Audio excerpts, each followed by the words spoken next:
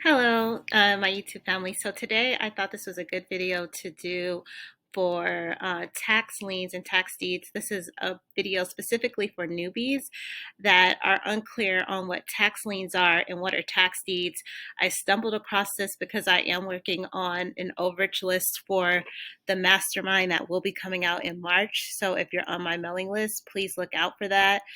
So this particularly is a county that offer tax liens. And the reason why I want to go over this video is just stay with me is because a lot of people get it confused with tax liens and tax deeds. And I found this property on an overage list, which you would be like, okay, people get confused. They're like, can tax liens have overages? Well, actually, they cannot. So if you see right here where I'm highlighting redeemed, so this is really educational, even for me. I had to ask one of my colleagues, okay, what happened here? So basically, right here, this was actually a tax lien county. So if you guys can see right here where it's highlighted, it says the face amount is $624.02 and the rate is 18%. This is Florida, by the way. So they redeemed it. So this is what they paid for it, $624, and they redeemed it, and this is what they were paid, $695.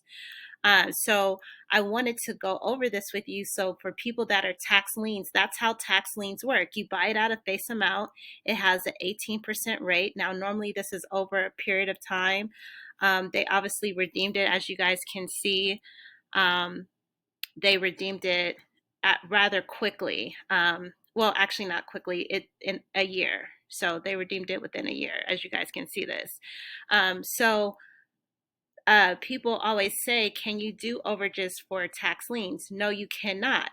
However, what ends up happening is down here, I was a little confused because I'm like, wait a minute, here goes the tax deed application.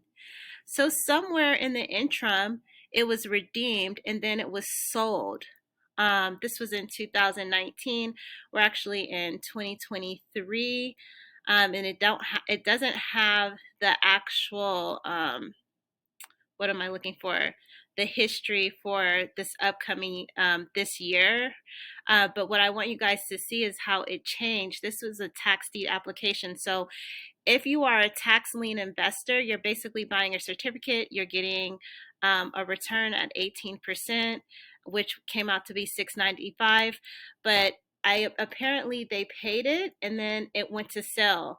It doesn't have all the information on here, but I'm just going to go back down here, which you can see previously what happened, where it obviously is a lien county, but then they put in a tax deed application because it wasn't redeemed and somebody purchased it. So I'm going to just click on here and show you that this property has been turned over several times, meaning that someone's bought it at the lien auction and then it wasn't redeemed and then it turns into a tax deed. So when you have a lien, you have to do a tax deed application in order to foreclose to sell it as a tax deed. And the whole point of this video is for people that are interested in overages. Overages particularly is primarily only for tax deeds. However, a tax lien can become a tax deed if it's not redeemed. Is everybody following me? I hope you're following me on this. So I'm just going to go back here because I wanted to show you how you can actually convert a tax lien if it's not redeemed. As you guys can see right here, you guys see it says tax deed, tax deed, tax deed. This property obviously was sold. It was paid as a lien, and then it wasn't redeemed, and then it had a tax deed application year after year. So what ends up happening is if someone buys a tax lien and they never come and redeem it, then they have to foreclose on it and put a tax deed application, and then it's sold as a tax deed. Do you guys see that right here where it says tax deed application and it's sold as a tax deed? Unfortunately, I don't have the data for 2023, but this is actually for 2023 because it became in overage for 2023. That's what I'm working on right now. So I wanted to just explain for those that are interested in doing overages. it can be a little confusing because a lot of people say, I want to invest in tax liens, but tax liens eventually do become a tax deed. And from that tax deed, you can collect the overage. I hope this helps. I just thought it was really interesting because you can really see how much a person buys it for, what rate they're getting at the time they purchase, and what's paid. And then the transition down here, which unfortunately I can't show you 2023 because they haven't updated it yet. But I have the list, how in previous years it was sold as a lien, and then it was not redeemed, and then they had to do a tax deed application, and then it's sold as a tax deed at the tax deed auction, which then in turns into an overage.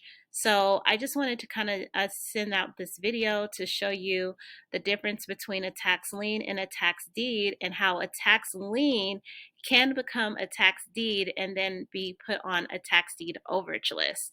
I hope this was not confusing. If you have any questions, please drop them down in the comment section. And if you are interested in doing an overage, I am going to be having a mastermind group overage class where we all collect overages collectively.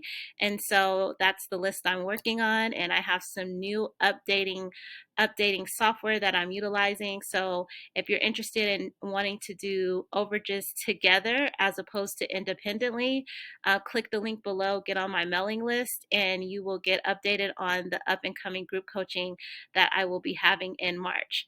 Happy investing, guys.